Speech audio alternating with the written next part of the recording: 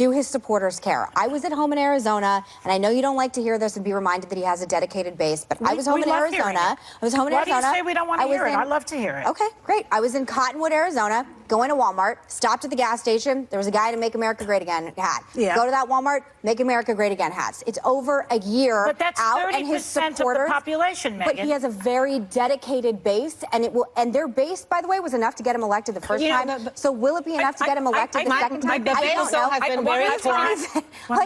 Literally, I'm just trying to explain to you that he has a base of dedicated supporters, and the things that we in the media care about. I don't know if necessarily the average person who sees the Dow up, who sees the unemployment rates at an all-time low, if they care in the same way. Why do you feel comfortable with the minority dictating to the majority what should happen in this country? Because that's the minority. I don't feel comfortable with that.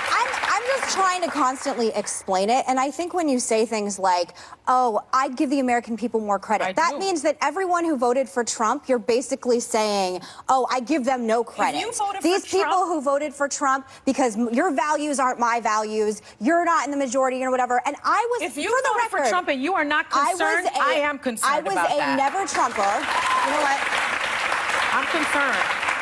I was a never-Trumper. I was someone who have a lot of grave questions about President Trump, but after the election, I choose to try and understand his base and why they're so angry and why they're still sticking with him. He has the same approval rate on the election day that he does now. The note to the Democrats is forget those people. You're never going to get them.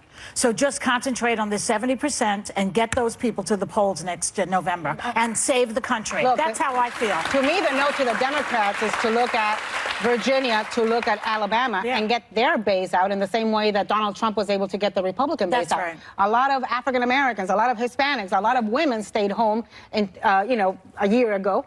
That could have made a difference. Black women saved Alabama. They can save the country. For someone, the question I have, though, is, like, when I hear you talk, Anna, does that mean you prefer Democratic candidates now? Because I haven't, just because I'm not a Trumper, it doesn't mean I'm a Democrat. No, listen, to Donald Trump, I would prefer a potted plant to Donald Trump. I would prefer a mannequin to Donald Trump. But I'm talking about the Senate. I wasn't talking about the presidency, like Senate elections. When you're talking about Senate, if I have to choose between a pedophile or Doug Jones, who's a Democrat, I'll take the Democrat. I'll battle about that. I've never felt more defensive of Trump's base. I've never felt more conservative, and I've never felt more defensive of the middle of the country than I have since I started working on this show. You know, Linda, well, of course, because we're on the other side, so of course you're going to react to that. Listen, right? to me, it has just stopped being. And I don't mean that in a negative way. I just have a whole new understanding of what it feels like to sort of be lectured to about our values.